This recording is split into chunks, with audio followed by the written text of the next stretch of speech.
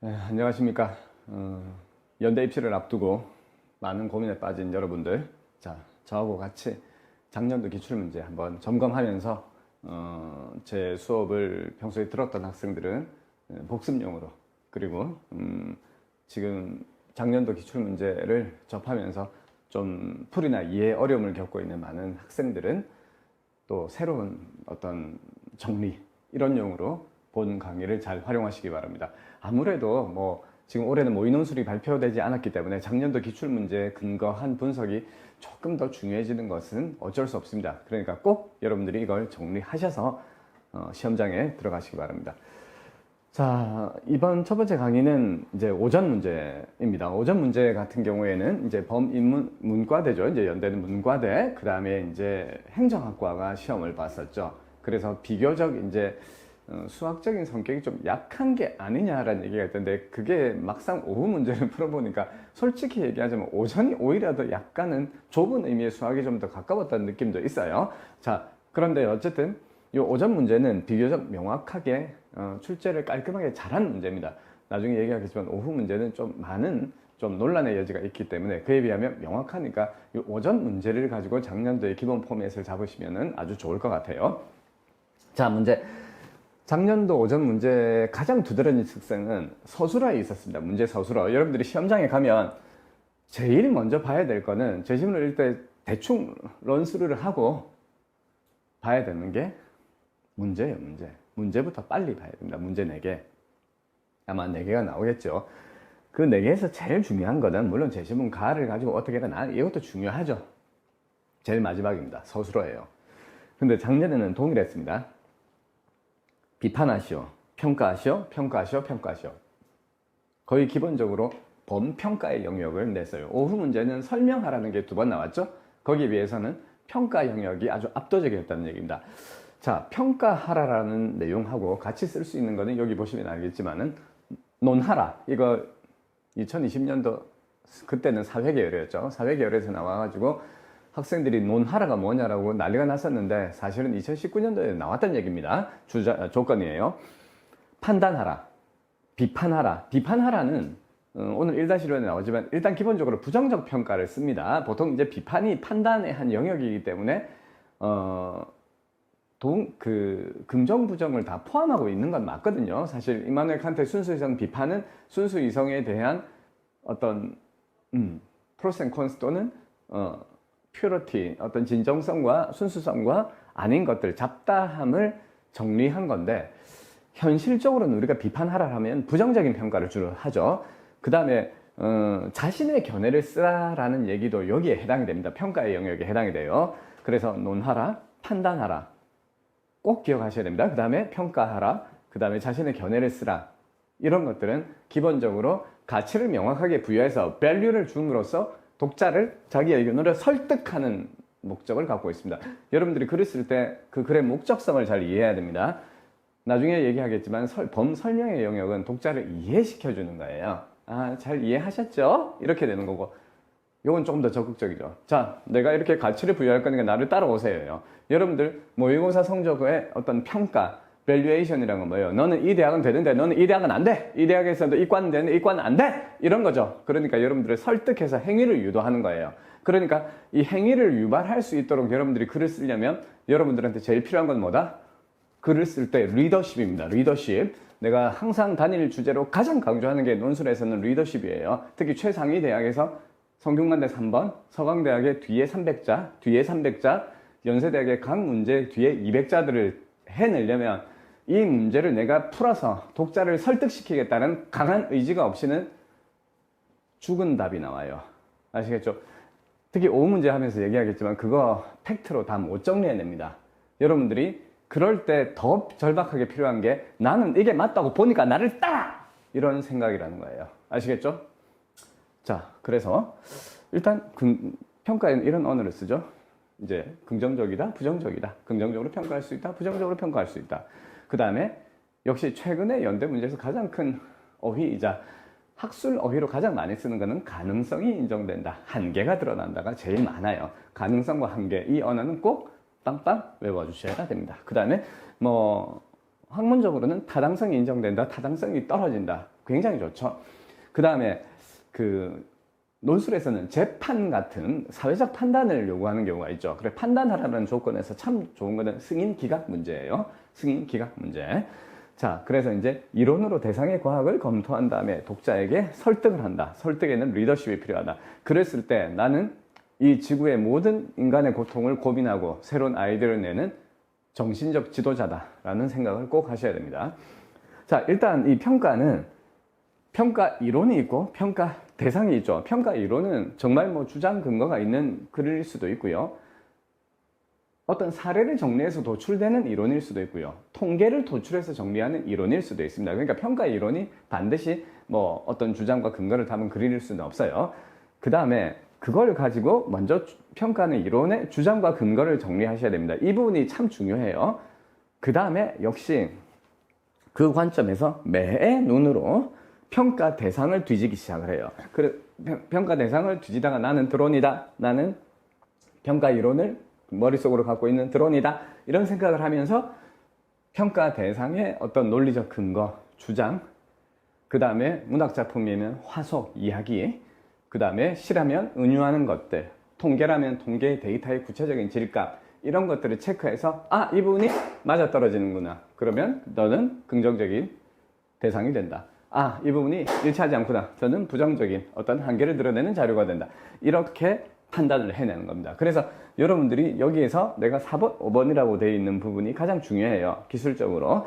일단 평가 이론의 부분하고 평가 대상의 일치, 불일치를 밝혀주는 부분이 가장 중요합니다. 이 일치, 불일치를 꼼꼼하게 밝히게 되면 평가의 분량이 빠르게 늘어요. 그렇기 때문에 여러분들이 답을 좀 더 공격적으로 쓸 수 있습니다. 답을 공격적으로 쓰라는 것은 보통 요약을 적게 하고 평가를 길게 하는 겁니다. 요약을 머리라고 치고요. 평가를 다리라고 보면 머리가 작고 다리가 길어야 돼요.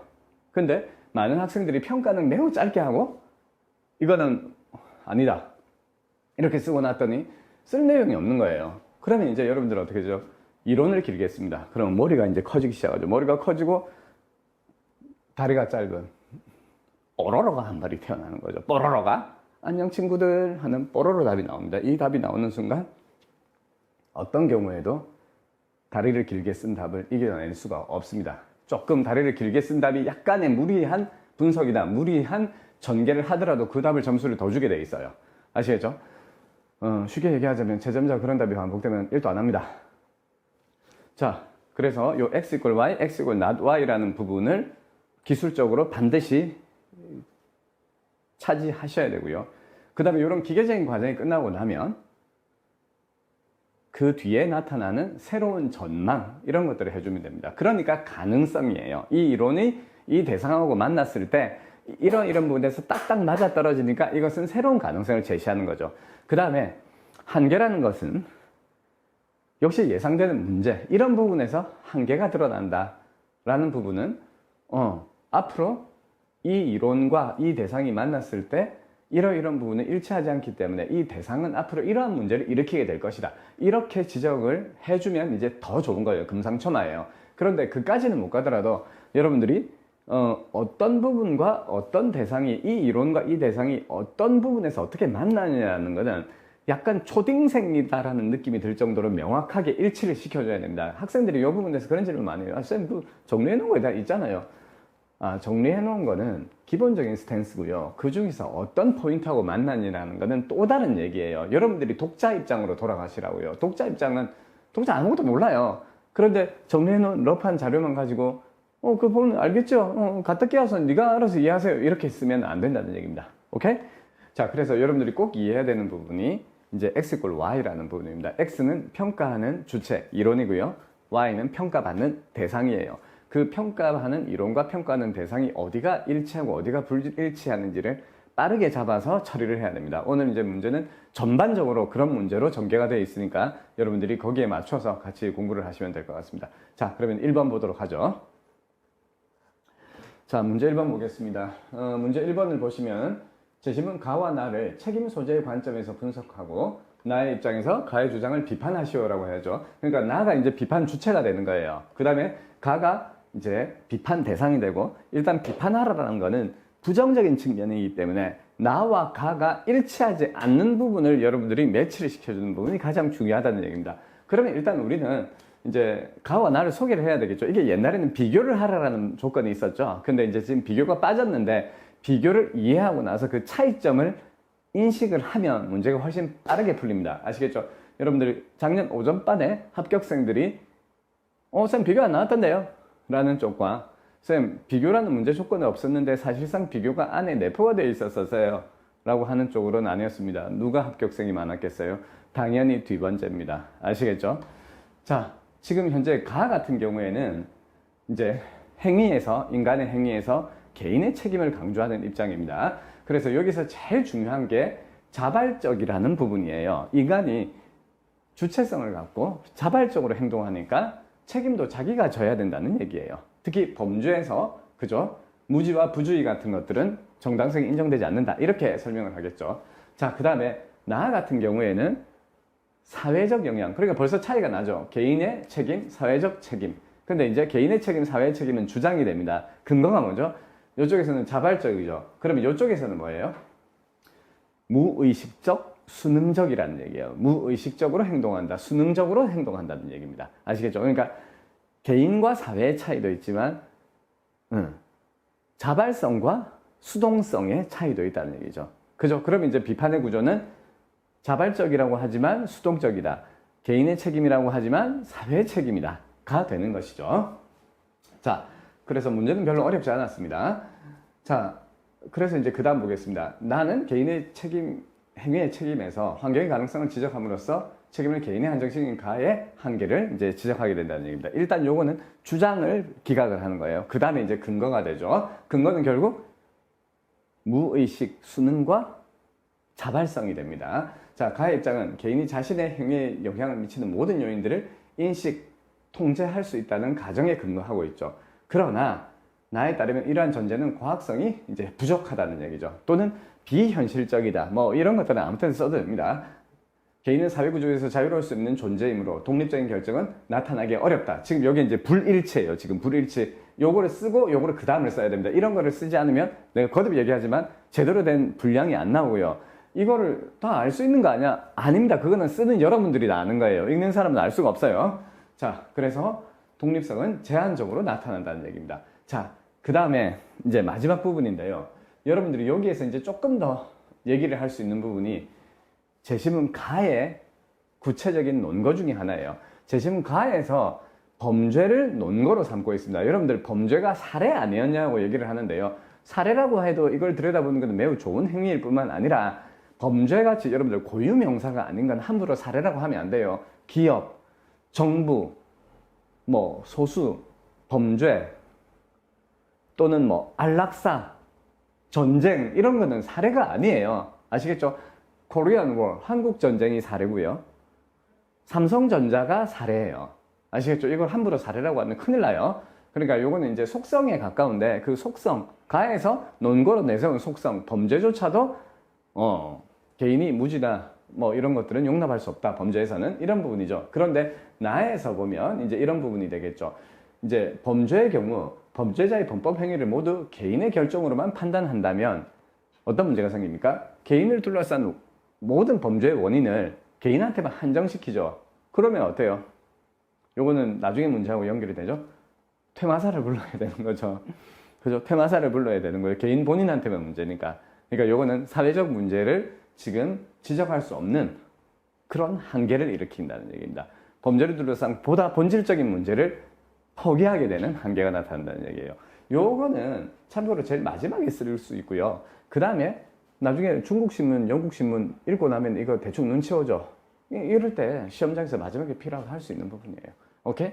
그러니까 보통 학생들이 이 문제에서 쌤 분량이 좀 안 나오던데요 라는 얘기를 제일 많이 해요. 한 450자에서 500자 정도밖에 안 나오는데 500자 정도 쓰면 됩니다. 연대 글자 수 그렇게 중시하지 않아요.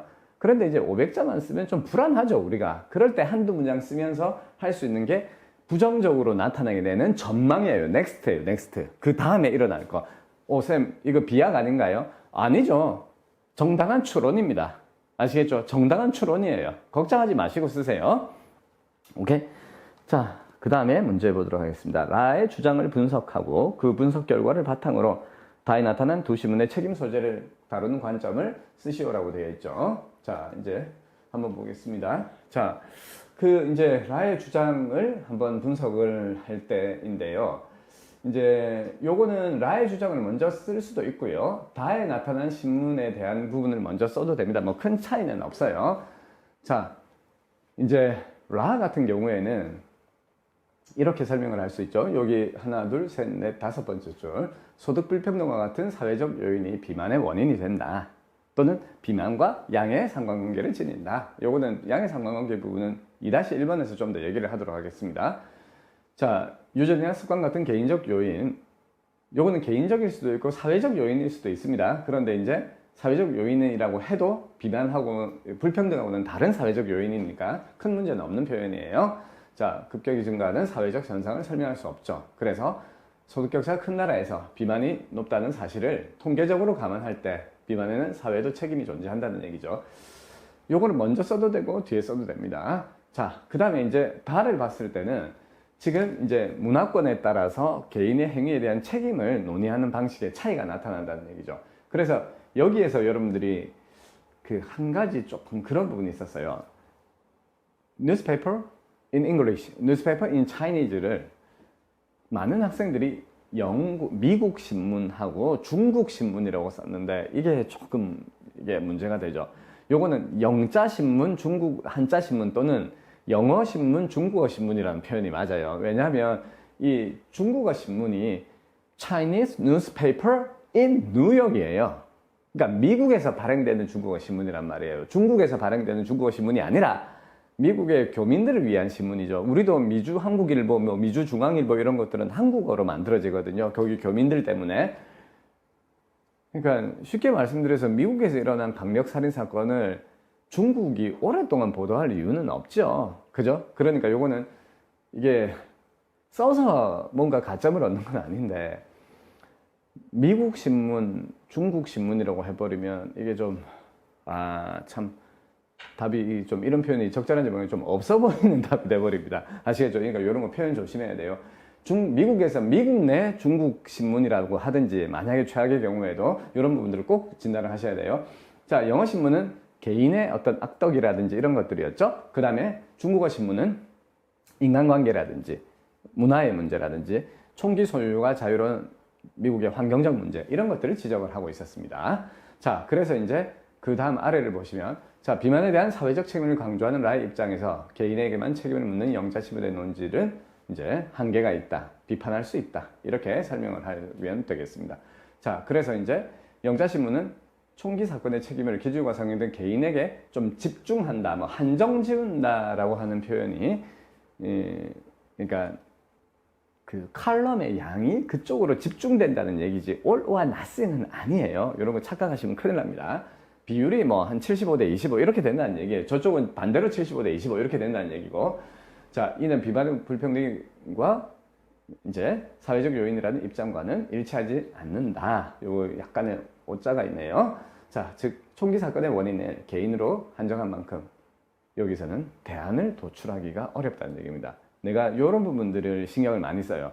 그러니까 여러분들이 이렇게 되면 퇴마사를 불러야 되는 거죠. 아까도 얘기를 했지만. 왜냐하면 개인의 악덕이니까 개인 하나하나가 잘못된 거잖아요. 그럼 어때? 구태야지 뭐. 이건 바람직한 방향이 못 되죠. 이런 것들을 지적하면 좋습니다. 참고로 내가 이런 부분을 설명을 할 때 너무 좀 학생들한테 무리한 요구를 하는 거 아닌가라고 했는데, 실제로 내가 채점했을 때 내가 채점한 학생들도 2명 이상 이 답을 썼어요. 네.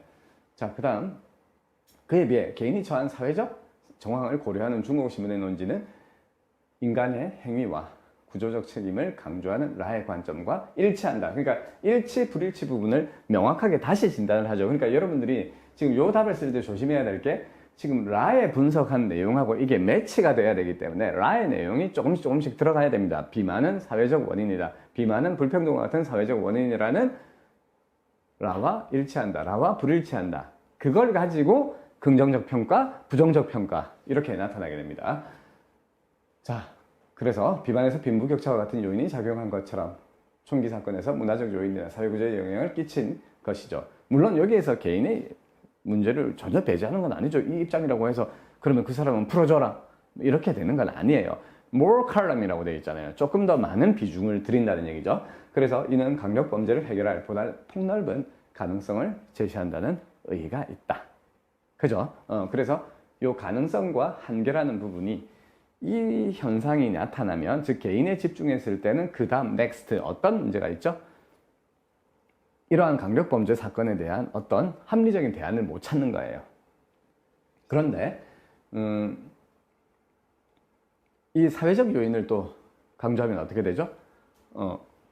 사회 구조를 바꾼다. 대표적으로 총기 문제, 이런 것들에 대한 가치를 부여할 수 있다는 얘기입니다. 그러니까 이런 부분에서 문장이 한 문장 정도들인데 미묘하게 이런 것들이 나와줘야 돼요. 이런 것들이 있으면 비판의 영역이 훨씬 더 풍성하게 커지기 때문에 분량이 밸런스를 맞추게 되는데, 만약에 이제 이런 부분들이 빠지게 되면 너무 이제 이게 길어지게 됩니다. 학생들은 분량을 메꾸기 위해서 제시문 다나 제시문 라의 내용을 과도하게 길게 요약을 하게 돼요. 아시겠죠? 그러면 읽는 사람 입장에서는 제시문 요약밖에 읽을 게 없어집니다. 그러니까 이런 부분들은 조금씩 여러분들이 생각했을 때 약간 무리한 분석, 무리한 전망 아닌가라는 생각이 들더라도 과감하게 써주는 게 더 나아요. 아시겠죠? 채점자 입장에서 봤을 때는 주어진 자료를 기계적으로 처리하는 사람보다는요, 당연히 새로운 가치 또는 새로운 방향을 제시하는 패기가 있는 답을 선호하게 됩니다. 아시겠죠? 모아놓고 가르치려고 들잖아. 자, 이 부분 이제 한 번만 더 점검할게요. 여러분들이 해외 사례가 나올 경우에 좀 부담을 많이 갖죠. 내가 성균관대 문제를 풀다 보면 학생들이 막 그런 일이 있었어요. 매사추세츠주 그리스신가 아테네신가 뭐 하여튼 그런 경우가 나온 적이 있었죠. 아테네시라는 곳이었는데 학생들이 그거를 매사추세츠 뭐 이런 걸 전혀 이해를 못해서 그게 그리스다 이렇게 써버린 경우가 아주 많았었는데, 이렇게 해외 사례가 나오면 학생들이 시공간을 체킹하는 부분에 어려움을 많이 겪더라고요. 자, 그런 부분에서 여러분들이 조심해야 될 게, 이제 중국 신문은 미국에서 뉴욕에서 발행됐다는 얘기죠. 쌤, 뉴욕이라는 게 뉴욕이 미국의 도시라는 거를 아는 거는 배경 지식 아닌 게 아니에요. 드릴 말씀은 없습니다. 아시겠죠? 자, 그러니까 이런 부분들에서 체킹을 잘 해주셔야 됩니다. 오케이? 자, 그 다음에 문제 2-1번 보도록 하겠습니다. 문제 2-1번. 라의 연구는 국민 1인당 소득이 상위 20%인 국가들만을 대상으로 수행되었고, 이를 보완하기 위해 국민 1인당 소득이 하위 25% 국가 소득을 추가로 조사했다. 자, 그러니까 이제 추가로 조사했어요. 그러니까 만약에 추가로 조사했는데도 큰 문제가 없으면 이거는 추가적인 연구가 필요 없이 보편적 연구로서 가치를 인정을 받는 거예요. 자, 그래서 전체 결과를 제시하고 있다라고 되어 있죠. 자, 그러면 이제 한번 보도록 하겠습니다. 지금 여기에서 보면 첫째, 소득 불평등이 최소인 국가와 최대인 국가, 그 다음에 비만율이 나타나는 국가 한번 보겠습니다. 국민소득이 하위 25%인 국가는 지금 소득 불평등을 최소 최저로 옮겨보세요. 최소 최저로 옮겨보셔도 이런 것들 X축을 활발하게 옮겨야 됩니다. 여러분들 X축을. 자, X축을 옮겨보니까 큰 차이가 없죠 지금. 그 다음 절대치도 어때요? 낮아요. 그러니까 여기서는 두 가지 정리가 있습니다. 첫째는 소득 하위 25% 국가는 소득 불평등의 변화와 관련이 없다, 비만율이. 그 다음에 거기다가 하나 더, 비만율이 낮은 상태로 없다까지 지적이 돼야 돼요. 그러니까 만약에 비만율이 높으면 또 다른 얘기가 되기 때문에 비만율이 낮은 상태에서 변화가 없다라는 얘기죠. 그 다음에 국민소득 상위 25% 국가 같은 경우에는 한번 볼까요? 이 자료를 읽는 방법. 이렇게 x 이꼴 얼마짜리 그래프들을 한번 그려보세요. 그럼 여기에 많은 점들이 통과가 되죠. 이게 다 뭐죠? 분산도가 큰 거예요. 분산도가. 아시겠죠? 이 선을 따라서 분산도가 크고 정작 이 선 사이에는 별다른 나라가 없습니다. 아시겠죠? 그래서 좀 이따가 얘기하지만 이건 대표값에 지금 한계가 나타난 거예요. 이 부분 그냥 여기서 얘기를 할게요. 자, 여러분들 대표값의 한계라는 부분은 무슨 말이냐면 평균이 여러분들 분산 정규 분포 있잖아요. 거기에서 보면 종의 모양이 좁은 거, 종의 모양이 퍼진 게 있죠. 그러니까 평균을 중심으로 해서 분산이 커지게 되면 어떤 부분이 생깁니까? 평균이 대표값으로의 위상이 약화돼요. 예를 들어 똑같이 수학 평균이 50점인 두 반을 가정을 했다고 칩시다. 그러면 못하는 학생 40점, 잘하는 학생 60점 이렇게 해서 평균이 50점이면 그 평균은 대표값으로의 의미가 굉장히 강해져요. 편차가 작고 분산도가 작아질 때는. 그런데 못하는 학생은 10점이고 잘하는 학생은 90점인 상태로 50점이면 어때요? 분산이 커지고 평균 50점은 학생들의 수학 성적을 설명하기 어려운 숫자가 됩니다. 다수는 90점, 다수는 10점일 때는. 그 50점이 어디에도 존재하지 않는 수죠. 현실적으로 수학 선생님이 평균이 40에서 60인 반은 50 정도로 해서 수업을 하자. 말이 되잖아요. 근데 10에서 90이면 어때요? 90점도 자고 10점도 잡니다. 10점은 어려워서 자고 90점은 쉬워서 자게 되죠. 자, 그래서 요거는 연대 이 분산도에 대한 평균에 대한 부분은 2020년도 모의 논술에도 나왔었죠. 평균을 중심으로 해서 분산이 큰 거예요. 즉 예외가 많은 겁니다. 예외가. 자, 그런데도 왜 전반적인 양의 상관관계가 나왔을까요? 요거 평균이었던 거예요. 요 선이. 아시겠죠? 평균이지만 지금 불평등과 비만율 사이에 분산값이 크기 때문에 별로 큰 의미를 갖지 못한다는 겁니다. 전반적인 양의 상관관계는 인정될지 몰라도 예외가 너무 많기 때문에 예외에 대한 보다 상세한 집중적인 맞춤형 연구가 필요한 거예요. 왜 어떤 나라는 소득 불평등이 심한데도 비만율이 낮은지, 그죠? 또 어떤 나라는 왜 소득 불평등이 적은데도 비만율이 높은지, 이런 것들에 대한 각 국가에 맞는 맞춤형 연구가 필요하다는 얘기입니다. 요거 2020년도에 그 서울시가 500만 아시아 도시가 뭐 정책했을 때 그 분산도에 따라서 나타나는 그 문제도 답이 똑같아요.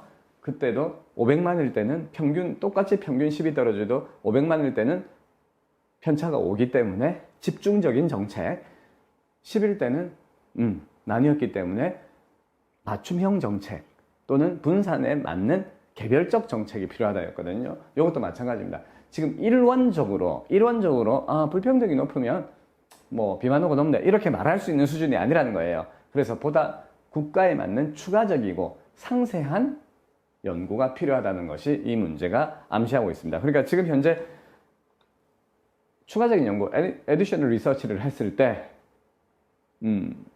전제가 어느 정도 다 기각이 되고 있죠. 그러니까 요거는 전반적으로 이제 부정적인 평가가 나타납니다. 요것도 이제 비판하라라는 조건이기 때문에 비판 조건에 이제 맞는 부정적인 평가를 여러분들은 불일치를 잡아줘야 돼요. 자, 첫째 이제 한번 보겠습니다. 여기에서 여러분들한테 요구하는 표현 중에 하나, 양의 상관관계, 음의 상관관계, 무관관계 또는 이제 정의 상관관계, 부의 상관관계 괜찮죠?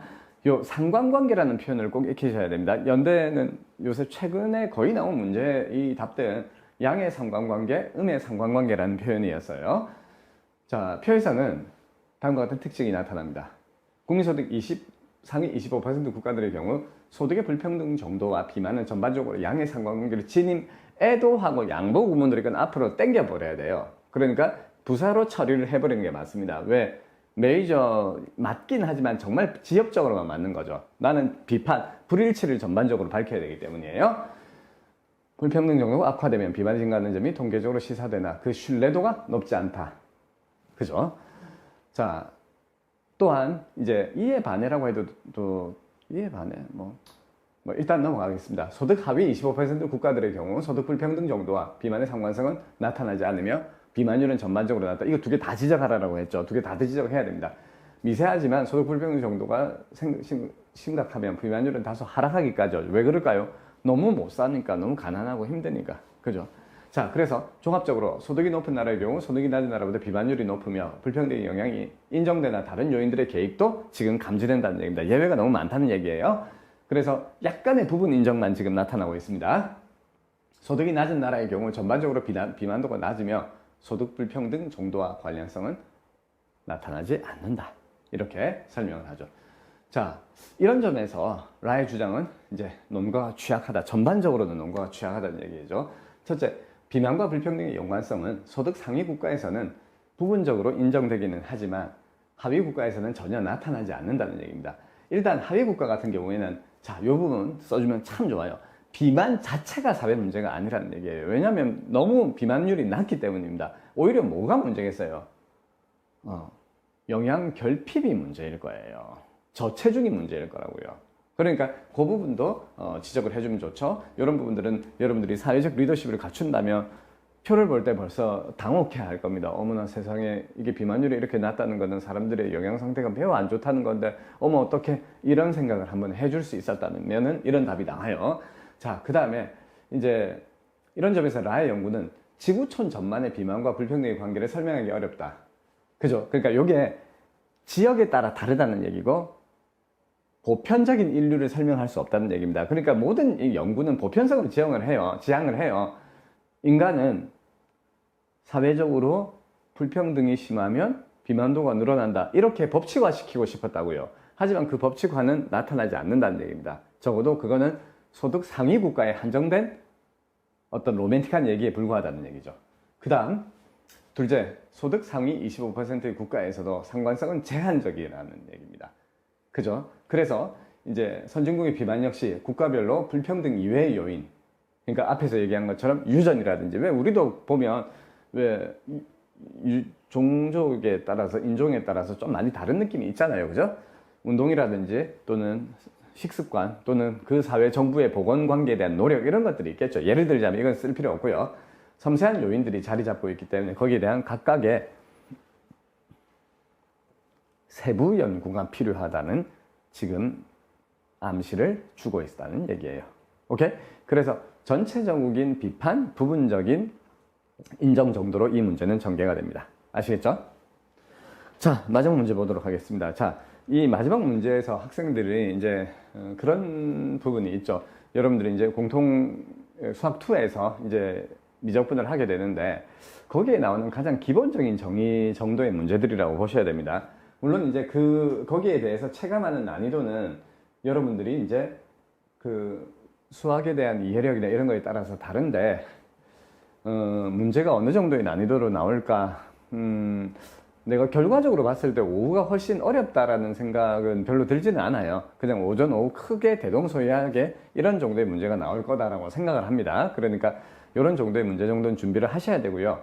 그 다음에 좀 쉽게 나올 가능성을 배제할 수는 없어요. 왜냐하면 이게 워낙에 작년에 경쟁률이 많이 높아서 약간 학교에서 좀 이렇게 일단은 좀 배제 조건, 그러니까 배리어를 좀 높게 두자, 수리로, 이런 생각을 좀 했을 수 있는데 뭐 글쎄요, 함부로 속단할 수는 없지만 일단은 이런 정도의 난이도는 준비를 하셔야 되고, 그 다음에 그 교육 과정이 좀 바뀌어서 여러분들한테는 확률 통계가 이제 선택 과목이 되는 거잖아요. 그러면 이제 그 확률 통계가 선택이 되기 때문에 확통에서 2020년도 사회였나요? 그 확률 밀도 함수가 나온 적이 있었죠.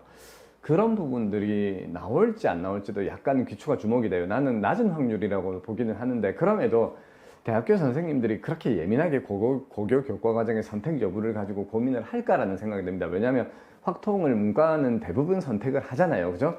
그렇기 때문에 또 만약에 뭐 자연계열 학생이 시험을 본다, 그럼 자연계열 학생도 확통을 선택하는 학생들이 꽤 있는데다가 문과 쪽에서는 확통이 수학에서는 가장 좀 많이 사용이 되니까 이거는 당연히 갖춰야 되는 게 아니냐라고 전제할 수도 있기 때문에 부분적인 가능성은 분명히 존재하는 것입니다. 그러니까 미적분, 확률 통계, 그 다음에 로그 함수, 요 영역은 여러분들이 충실히 공부를 좀 해 두셔야 돼요. 자, 여기 보면 문제에 그렇게 나와 있죠. 자녀의 유년기 학습시간 X와 성인기 소득 Y의 관계를 분석했을 때 두 변인이 다음과 같다는 얘기죠. 그래서 이제 사회경제적 지위가 낮은 부모의 자녀의 집단은 지금 Y = mx 플러스 n으로 나타나고, 사회경제적 지위가 높은 부모의 집단은 역시 이제 이차함수로 나오죠. 이차함수로. 그러니까 여기에서 벌써 눈치가 채지죠. 사회경제의 지위가 낮은 부모의 자녀 집단은 1차함수로 증가한다. 즉 선형으로 증가한다. 그 다음에 사회경제의 지위가 높은 부모의 자녀의 집단은 2차함수로 증가한다. 즉 급증을 한다. 이런 것들은 이미 여기서 나타납니다. 그래서 웬만하면 연대는 수리논술을 제일 마지막에 푸는 게 훨씬 나아요. 이유가 이때까지 앞에서 했던 것들하고의 관련성이 있기 때문입니다. 이 문제는 조금 덜한데 오후 문제는 훨씬 더 심하죠. 그러니까 수리를 미리 풀었다가 괜히 당황할 필요가 없어요. 나 같은 경우에 나중에 5 문제 하면서 얘기하겠지만 5 문제 수리부터 그래도 일단 한번 봐야지 이러면서 풀었다가 구간 판정하는 부분을 해야 되는지를 몰라가지고 몇 번을 헤맸는데 그거 언어 문제 풀었으면 아무것도 아니겠더라고요. 그러니까 이런 것들은 언어 문제에 조금 익숙해지고 나서 하는 게 좋아요. 그래서 여러분들이 시간 전략을 딱 체킹을 했을 때 수리 문제가 그냥 내가 수학을 좀 하고 여기서 좀 하고는 이제 3등급 상 문과 확률 통계 선택자 3등급 상 이상입니다. 그 정도 되는 학생들은 일단 한 20분 정도 배정을 하세요. 2-2번을.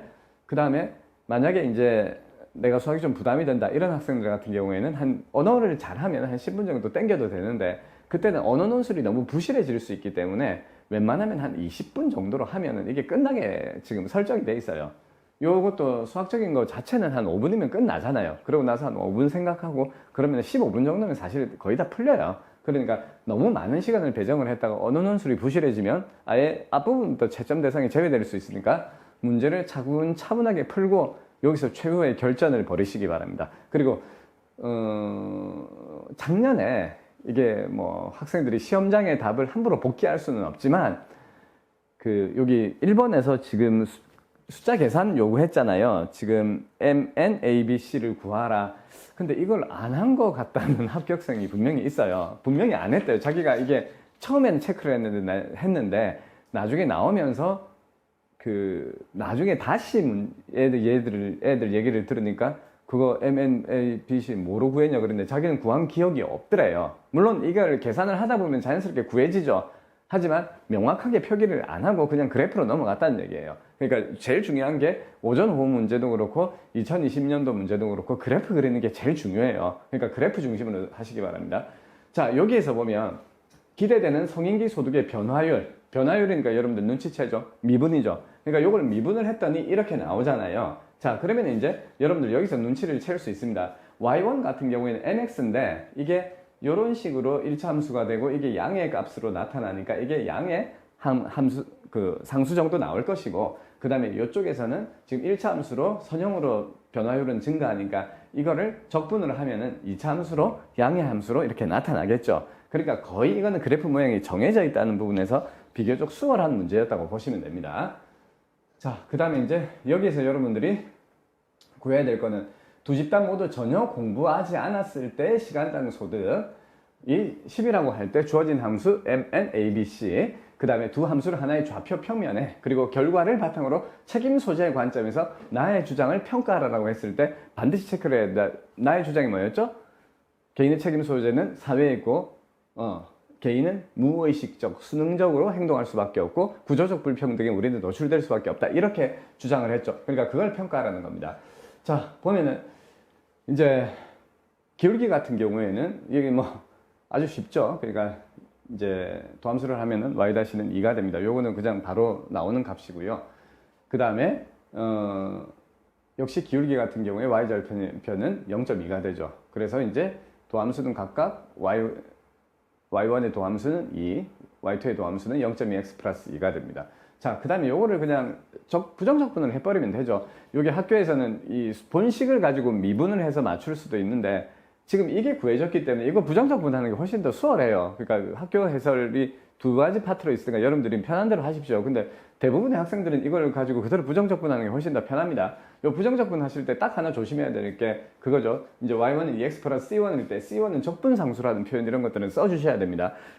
물론 뭐 이런 것들이 뭐 문과에서 뭐 얼마나 크게 중요하겠어요. 근데 이런 값을 우리가 임의로 지정을 하기 때문에 내가 임의로 지정을 했다라는 표현은 해주시는 게 좋죠. 자, 그래서 전혀 공부하는 때 시간적 소득이 10이기 때문에 x는 0이면 y는 10이 되고 즉 그래프는 y1은 2x 플러스 10이 됩니다. 즉 x 이퀄 0일 때 10이 된다는 얘기죠. 그 다음에 y2의 도함수가 0.2x 플러스 2이기 때문에 역시 부정적분을 하면 c2가 이제 나타나는 그 적분상수가 나타나죠. 그죠? 그래서 요거를 가지고 이제 시간당 소득이 역시 x 이퀄 10이 소득이 10이 되기 때문에 x 이퀄 0이면 y2는 10이 됩니다. 그러니까 이 부분까지 나왔을 때 나는 이제 눈치를 챘어요. 아이고 이게 x 이퀄 0일 때 둘 다 값이 같구나. 즉 무슨 말이죠? 공부 1도 안 했을 때는 같네. 그 말이죠. 그러니까 요거가 매우 중요한 부분이 됩니다. 자, 자, 그래서 이제 다시 넣으면 C2 역시 10이 되죠. 그죠? 그래서 요거는 앞에 C1하고 뒤에 C2가 둘 다 10. 즉, X = 0일 때 Y는 10이라는 이 부분이 제일 중요하고, 답안의 방향도 이쪽으로 포커싱이 된다는 거 꼭 기억하셔야 됩니다. 자, 그래서 여러분들이 이제 그래프를 그리게 되면 이런 모양이 되는데, 지금 여기서는 10이 되고요. 그죠? 여기 약간 모양이 뭐, 지금 화면상으로 조금은 숫자가 적게 나타나는데, 자, Y절편은 10이 됩니다. X = 0일 때. 자, 그러면은 여러분들이 여기서 조심해야 될 거, 이렇게 비교 그래프를 그릴 때는 하나는 실선이면 하나는 점선으로 표현을 해주시는 게 좋아요. 그래야지 가독성이 좋습니다. 그래서 여러분들이 혹시 만약에 Y2, Y1을 안 쓰더라도 실선, 점선이라고 했을 때는 전혀 독자가, 채점자가 오해의 여지가 없겠죠. 그러니까 이런 것도 꼭 쓰셔야 돼요. 그 다음에 유니트 같은 경우에도 Y축에 10이라든지, 그 다음에 평균 연습 시간이 5, 10, 15, 20 이런 식의 단위 같은 것들은 러프하게라도 달아주시는 게 좋아요. 자, 그 다음에 이제 평가를 보도록 하겠습니다. 평가는 전반적으로는 나의 타당성이 인정되지만 부분적으로는 지금 한계가 나타나고 있습니다. 요거는 타당성과 한계 또는 가능성과 한계를 동시에 써도 되고요. 개인의 가치관에 따라서 전반적인 가능성, 부분적인 한계라고 쓰셔도 됩니다. 하지만 all or nothing, 가능성만 있다, 한계만 있다라는 거는 틀린 답이래요. 자, 부모의 사회경제적 지위가 낮은 자녀들은 학습량이 증가하면서 기대소득이 선형적으로 증가한다. 1차 함수적으로 증가한다. 그에 반해 부모의 사회경제력이 높은 자녀는 기대소득이 2차 함수로 증가하죠. 그래서 훨씬 더 가파르게 증가함으로써 증가율이 초과해버리는 거예요. 압도해버리죠. 그러니까 열심히 공부를 하면 할수록 가난한 집 아이들은 격차가 더 벌어짐을 절감을 한다는 얘기입니다. 내 말이 이해되죠? 자, 이런 결과는, 자, 사회적 요인을 영향력은 강조하는 나의 주장과 전반적으로는 부합한다는 얘기입니다. 인간의 행위가 사회 구조적 영향에 놓인 만큼 개인의 노력 역시 사회적 영향에서 벗어나기가 어렵다는 얘기입니다. 그래서 이를 통해 불평등을 개선하기 위해 사회적 불평등의 수정이 개인의 노력에 선행된다는 발전적인 결론을 얻을 수 있다. 뭐 이런 것들. 자, 그 다음에 그러나 부모의 사회 경제적 지위가 낮은 집단의 경우에도 학습량은 기대소득을 증가시킨다는 면에서 개인의 영향력을 무시할 수는 없다. 그러니까 완전히 늘려버리면 그래도 모두가 그렇게 부모의 사회 경제적 수준이 높은 애들이 모두가 그렇게 열심히 할 건 아닐 거 아니에요. 그러니까 충분히 자기의 삶을 개선시킬 수 있다는 얘기죠. 그 다음에 학습 시간이 0일 때, 그러니까 이런 아까도 얘기했지만 X축을 왔다 갔다 해줘야 됩니다. 이럴 때 X축을 부지런히. 자, 학습 시간이 0일 때 기대소득은 계층과 상관이 없죠. 그러니까 같죠. 10으로 같다는 얘기입니다. 그 지점은 개인이 전혀 노력하지 않으면 계층이 기대소득에 미치는 영향은 별로 발휘가 되지 않습니다. 그러니까 X축이 0, 1, 2, 3 이런 구간에서는 차이도 별로 없어요. 그렇기 때문에 이 점에서는 나의 주장은 좀 부분적인 한계가 나타난다는 얘기입니다. 그러니까 개인의 행위가 반드시 무의식적이다 또는 수동적이다 라고 말할 수는 없다는 얘기죠. 자발성이나 노력이 있어야지 이런 것들이 발전할 수 있다. 그런 의미를 설명한다는 얘기예요. 오케이? 자, 좋습니다. 일단 오전 문제 정리를 했는데, 오전 문제는 비교적 어떤 답의 어떤 베리에이션이 좀 적은 아주 명확하고 채점이 좀 기준이 정확한 그런 문제였죠. 전체적으로는 비판하라, 평가하라는 이 범평가의 영역이 압도적이었기 때문에 여러분들이 가능성과 한계를 논하고 보다 발전적인 문제라든지 또는 보다 상황이 심각한 부분을 지적하는 그런 태도가 아주 중요한 태도였을 겁니다. 그 다음에 이 문제, 수리논술 문제는 그래프는 이미 여러분들이 적분에 대한 기초적인 이해만 하고 있어도 그려지는 그런 문제죠. 그러니까 그런 부분에서 계산 실수만 하지 않으면 전체적으로 큰 어려움이 없었던 문제였으리고 보입니다. 다만 특히 이 프로그램을 보고 계시는 대학생들 중에 고교수학을 한 지 오래되거나 하신 분들은 특히 미적분 부분은 다시 기본적인 정리를 꼭 해주시기 바랍니다. 아시겠죠? 네, 좋습니다. 저는 그러면은 다음 시간 오후 문제에서 다시 뵙겠습니다.